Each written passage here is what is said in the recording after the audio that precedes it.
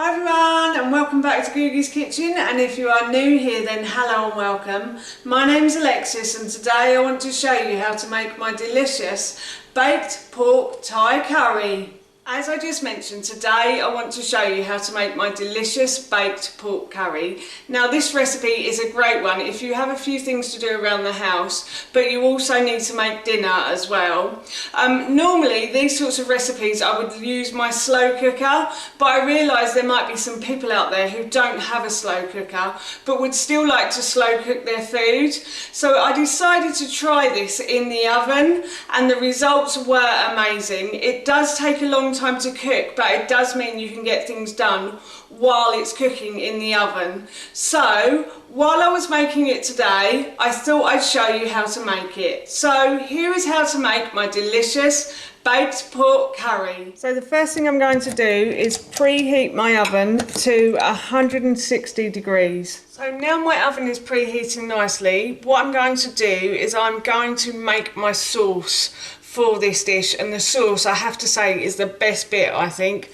So I've got 4 cloves of garlic that I have just peeled the skin off and left whole. I'm going to put these into my NutriBullet. You can use a blender or a stick blender if you want to. And then I have a 1-inch piece of garlic as well that I'm going to put in here.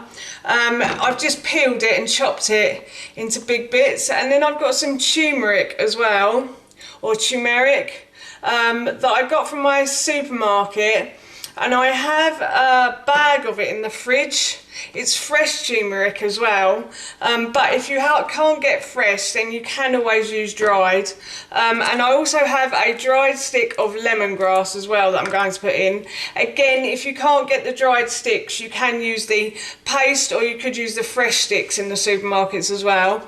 And then I've got about 4 chopped spring onions here, so I've topped and tailed 4 spring onions, and I'm just going to put these into the NutriBullet cup.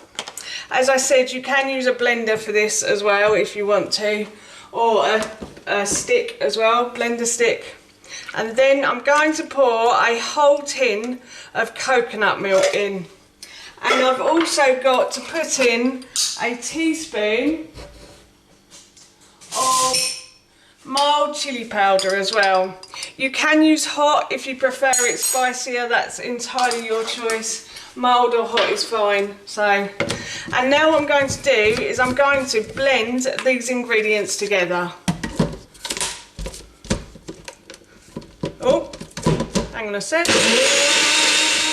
So that's all the ingredients together, so I've blended those until they look like a smoothie basically. Now I've got a large pan and I'm going to put this onto a high heat on my hob, and I'm going to add a little bit of oil to the base of the pan, like so. And then I'm going to spread that around with my plastic brush. You don't have to do this if you don't want to, or if you haven't got a plastic brush, that's fine.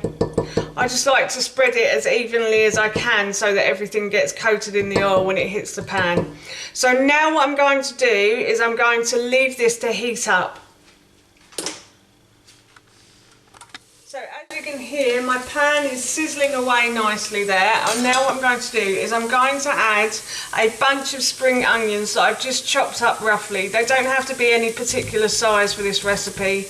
I like to chop things roughly. Try to chop them as small as possible, but it doesn't really matter too much. It's all going to soften in the oven anyway, so. And now what I'm going to do is I'm going to fry these spring onions until they start to soften. So my onions have started to soften beautifully, so now what I'm going to do is I'm going to add in my pork to that. So I'm going to add in about 500 grams of chopped pork.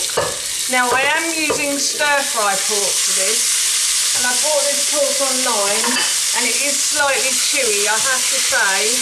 So if you can get a different cut of pork that isn't so chewy, then it will probably be better. So I'm just going to fry the pork now until it starts to brown, basically. So my pork has gone from a pink colour to a nice brown colour. So what I'm going to do now is I'm going to get a plate from my cupboard, and I'm just going to empty the contents of the pork onto the plate along with the onions.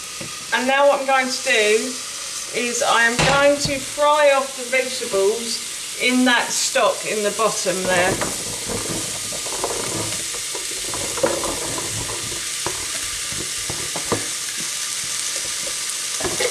And I just want to fry these vegetables until they're covered in the stock and they start to soften slightly. They're not going to soften completely, but hopefully they'll soften slightly. I forgot to say, didn't I? Sorry. I have some butternut squash that I've chopped up. So I've just peeled and cubed it. And then I also have some carrots that I've chopped up. So I've got about 200 grams of butternut squash here and about 2 carrots that I've just sliced about a ½ centimetre piece each. And that's the perfect size, I think, for me. I have quite a small mouth, so I do like small bits of vegetables, to be honest with you. I don't like anything too chunky. I hate having to cut it up. I just want to eat when I'm hungry. Do you know what I mean? Right, so these have started to soften slightly, not massively, I have to say, but they will soften in the oven, so don't worry too much. And now what I'm going to do is I'm going to add the pork and the spring onions back into the frying pan or saucepan. And I'm just going to stir these again. And now what I'm going to do is I'm going to pour over my sauce. So I'm just going to pour this over like so, and that covers that beautifully. Oh, that smells really nice. Oh, I just got the aroma of that right up my nose. It was delicious. Making me hungry already. Right, so that's everything in the pan now that needs to go in the pan at the moment. So I'm going to go and put this in the oven for probably about 1.5 hours to 2 hours. It doesn't really matter too much, everything's cooked, but you just want things to soften and stuff to go juicy now. Before I do go, I'm just going to add a little bit of salt and pepper to this meal as well. So I've just got a bit of ground black pepper. I'm just going to add a bit of salt as well. So probably about ½ teaspoon. Salt and pepper to your taste though. So if you like it with a bit more seasoning, then please add it. And I'm just going to stir those round. And now this is going to go in the oven for about 2 hours. So as I put this into the oven, I'm just putting the lid on as well. So the curry has been in the oven for 2 hours and it smells really nice, I have to say. It does smell beautiful. And now what I'm going to do is just mix all of the ingredients together. And then I'm just going to add a couple of handfuls of chopped spinach and a handful of coriander to that as well. The reason I chop these up is because if they're chopped up, my son will eat them and not pick them out. And I want him to get spinach and coriander into his tummy. So that's why they're chopped up. So I'm just going to mix these in. And also they wilt down a little easier if they're chopped up as well.